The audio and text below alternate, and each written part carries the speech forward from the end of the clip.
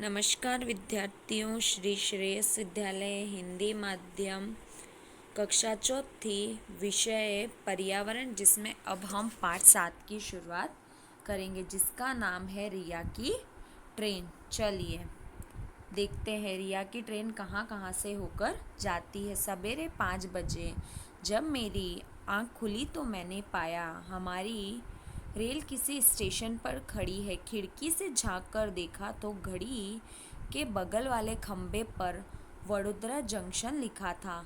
मेरा भाई अभी भी सो रहा था। माइक पर यह सूचना प्रसारित हो रही थी कि वडोदरा से सूरत, वलसाड़, वापी और मुंबई जाने की और जाने वाली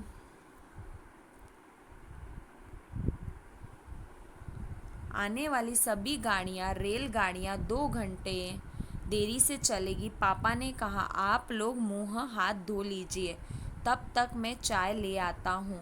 जब तक हमने अपना नित्यक्रम समाप्त किया, पापा चाय लेकर आ गए।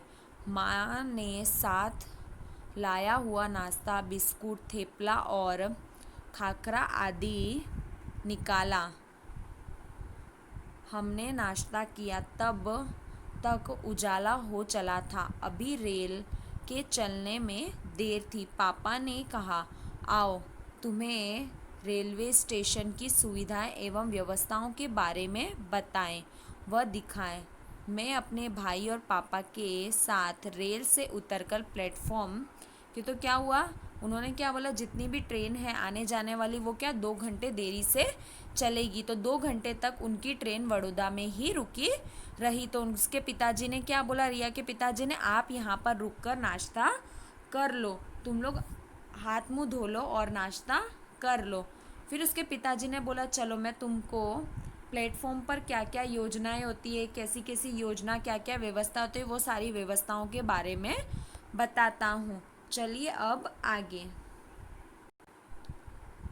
पर पहुंची। पापा ने हमें टिकट घर, टीटी घर, प्रतीक्षालय, पार्सल रूम, शौचालय, बाथरूम, पेयजल की सुविधा, चाय नाश्ते हेतु कैंटीन आदि की सुविधाओं के बारे में बताया और दिखाया। एक प्लेटफॉर्म से दूसरे प्लेटफॉर्म पर जाने के लिए बने हुए सीढ़ी नुमा पुल पर से देखे तो बहुत संख्या में रेल खड़ी थी।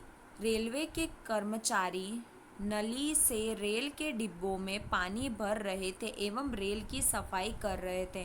कुछ सफाई कर्मचारी रेल की पटरियों के आसपास सफाई कर रहे थे। स्टेशन पर घूमते घूमते वक्त कैसे गुजर गया कुछ पता ही नहीं चला। मुझे रेलवे की सुविधाओं के बारे में खूब जानकारी मिली।